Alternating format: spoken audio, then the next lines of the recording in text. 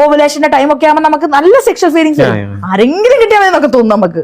ആ സത്യമായിട്ട് ഞാൻ പറഞ്ഞത്, ഇതൊന്നും ആരും പറയില്ല, സത്യമായിട്ടൊന്നും ആരെ.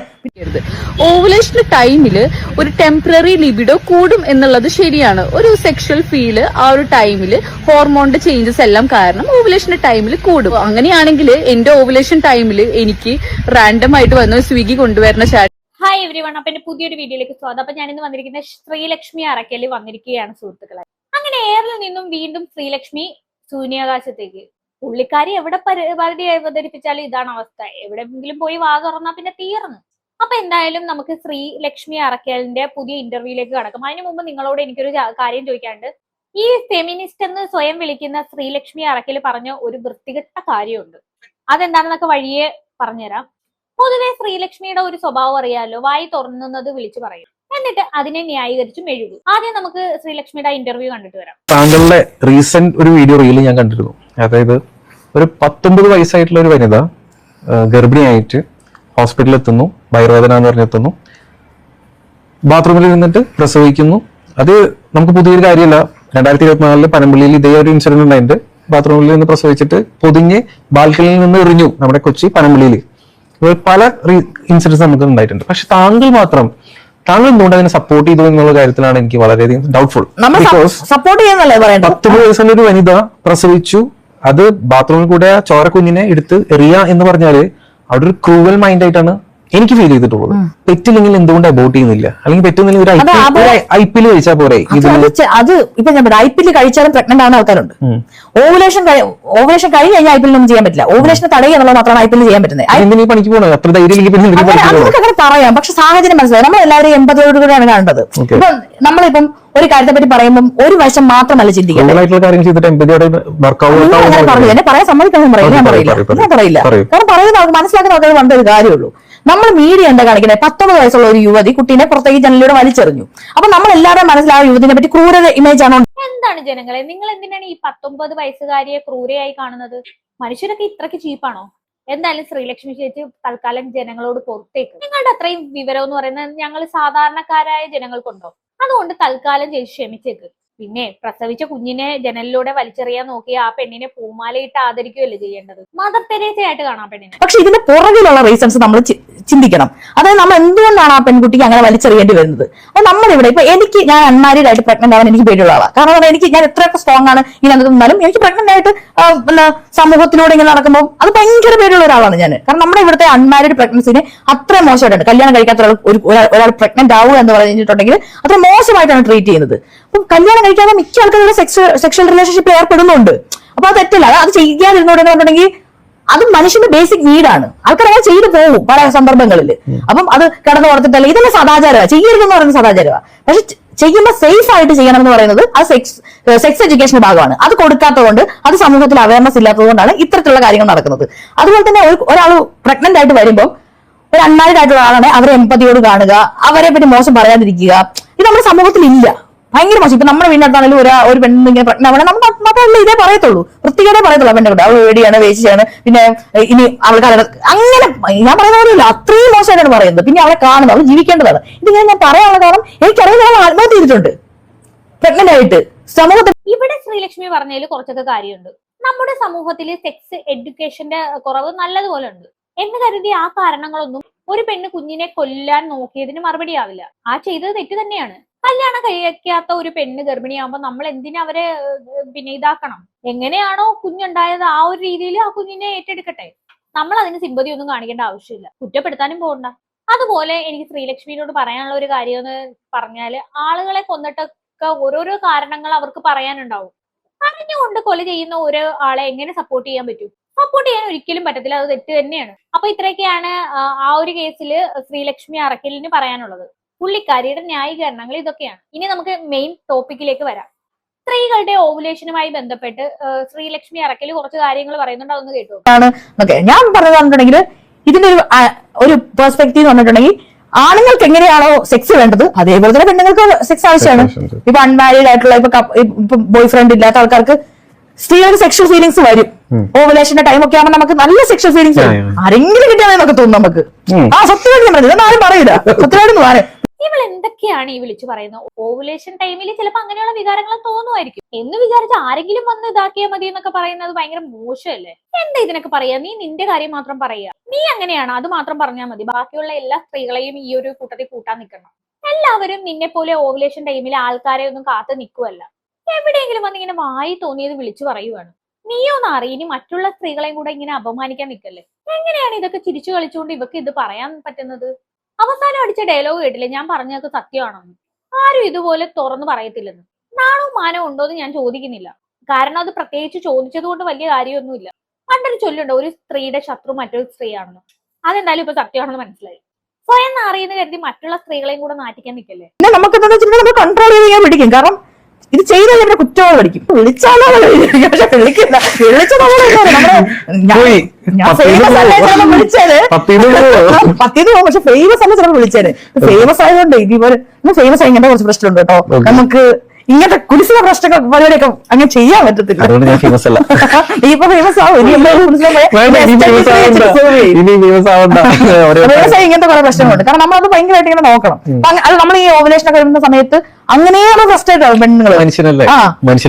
അപ്പൊ അതാണ് പറഞ്ഞ നേരത്തെ അവർ എന്തിനാ കാലഘട്ടത്തിൽ വെച്ച് ചോദിക്കരുത്. അത് ഒരു ബയോളജിക്കൽ ആയിട്ടുള്ള ഒരു ബീയിങ്ങിന്റെ ഒരു ചോദനയാണിത്. പ്രായം കൂടുന്നവരും സ്ത്രീകൾക്ക് ഇത് കൂടിക്കൂടി വരുമെന്ന് സത്യമാണ്. ഒരു 20 വയസ്സിൽ നമുക്ക് ഇതിനെപ്പറ്റി ഒരു ബോധമില്ല. 25-30 വയസ്സ് കൂടുമ്പോൾ നമുക്ക് ഇതിനുള്ള ചോദന കൂടും. സത്യമായിട്ടുള്ള കാര്യമാണ്. അങ്ങനെ ഒരു 28 വയസ്സുള്ള ചോദനയല്ല 30. എന്തായാലും ഈ ഒരു കാര്യം കേട്ടപ്പോ തന്നെ മനസ്സിലായല്ലോ ചേച്ചിയുടെ പരിപാടി എന്താണെന്നൊക്കെ. പുള്ളിക്കാരി ഇപ്പൊ ഫേമസ് ആയതുകൊണ്ടാണ് കുറച്ചൊക്കെ അടങ്ങിയത്. അതിനു മുമ്പ് ഭയങ്കര സംഭവമായിരുന്നാണ് നമുക്ക് ഊഹിക്കാവുന്നേ ഉള്ളൂ. ചേച്ചിക്ക് ഇപ്പൊ നല്ല റിഗ്രറ്റ് ഉണ്ട്. കാരണം ഫേമസ് ആകണ്ടെന്നാണ് പുള്ളിക്കാരി ഓർക്കുന്നത്. ഇപ്പൊ എല്ലാവരും ഇപ്പൊ എവിടെ ചെന്നെത്തിയേനെ. എന്തായാലും ഫേമസ് ആയതുകൊണ്ട് പണ്ടത്തെ പോലെ ഒന്നും നടക്കാത്തതുകൊണ്ട് ഭയങ്കര വിഷമമുണ്ട് പുള്ളിക്കാരിക്ക്. പണ്ട് പുള്ളിക്കാരിയുടെ വേറൊരു ഇന്റർവ്യൂ ഉണ്ട്. അതിനകത്ത് എല്ലാവരും വെടിയെന്ന് വിളിക്കുന്നതെന്നും പറഞ്ഞ് എന്ത് മോങ്ങലായിരുന്നു ആ ഇന്റർവ്യൂവിൽ വന്നിട്ട്. എങ്ങനെ ആൾക്കാർ നിങ്ങളെ ആ പേര് വിളിക്കാതിരിക്കും? വായിന്ന് ഇങ്ങനത്തെ ഓരോന്നൊക്കെ അല്ലേ വരുന്നത്. നിങ്ങളെ ആൾക്കാർ അങ്ങനെ വിളിക്കുന്നതിൽ എന്തായാലും കുറ്റം പറയാൻ പറ്റത്തില്ല കേട്ടോ. നിങ്ങളല്ലേ ഓരോന്നും ആൾക്കാരുടെ വായിലേക്ക് ഇട്ട് കൊടുക്കുന്നത്. എന്തായാലും ശ്രീലക്ഷ്മി അറക്കലിന്റെ ഈ ഓവുലേഷനുമായി ബന്ധപ്പെട്ടുള്ള ആ ഒരു സ്റ്റേറ്റ്മെന്റിന് അസ്ല മാർലി മറുപടിയായിട്ട് വന്നിട്ടുണ്ട്. നമുക്ക് എന്തായാലും ആ ഒരു വീഡിയോ ഉണ്ട് നോക്കാം.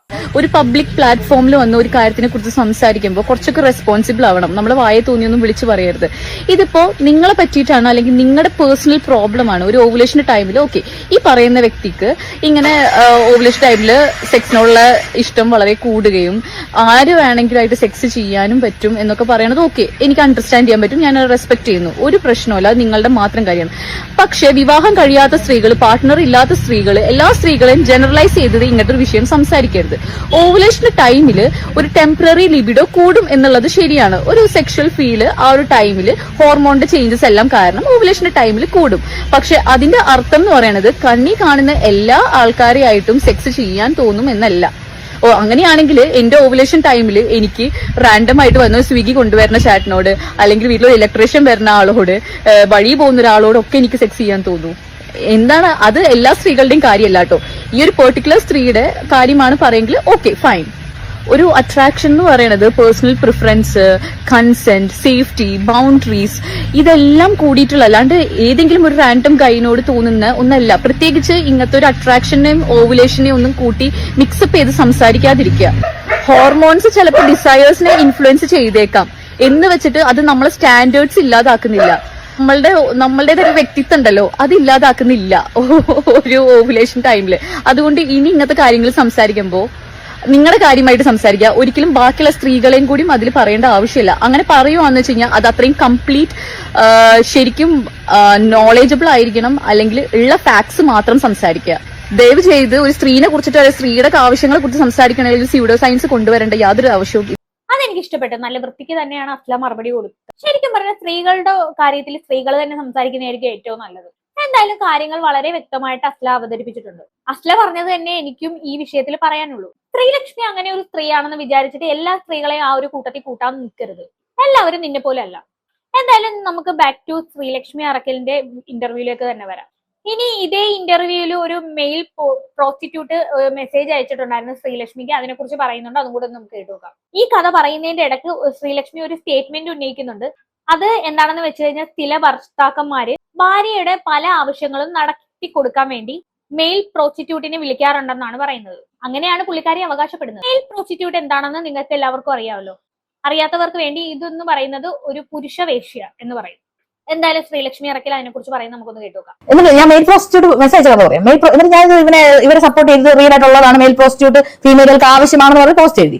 അപ്പോൾ ഒരാൾ എനിക്ക് മെസ്സേജ് അയച്ചു, ഇൻസ്റ്റാഗ്രാം ഇങ്ങനെ മെസ്സേജ് പറഞ്ഞു ഞാൻ ഇങ്ങനെ മെയിൽ പ്രോസ്റ്റിറ്റ്യൂട്ട് ആണ്, കാർഡൊക്കെ അയച്ചത് എനിക്ക്. ഇതിന് കാർഡൊക്കെ ഉണ്ട്. അപ്പൊ ഇവർ കറക്റ്റ് ആയിട്ട് മെഡിക്കൽ ചെക്കപ്പ് എടുക്കണം. പുള്ളി ദുബായിലാണ് വർക്ക് ചെയ്യുന്നത്, ദുബായ് അങ്ങനത്തെ ഒരു സ്ഥലത്ത്. അതായത് ഇൻസ്റ്റാഗ്രാമിൽ മെസ്സേജ് അയച്ചു, എനിക്ക് മെസ്സേജ് അയച്ചു. ഇൻസ്റ്റാഗ്രാമിൽ മെസ്സേജ് അയച്ചു.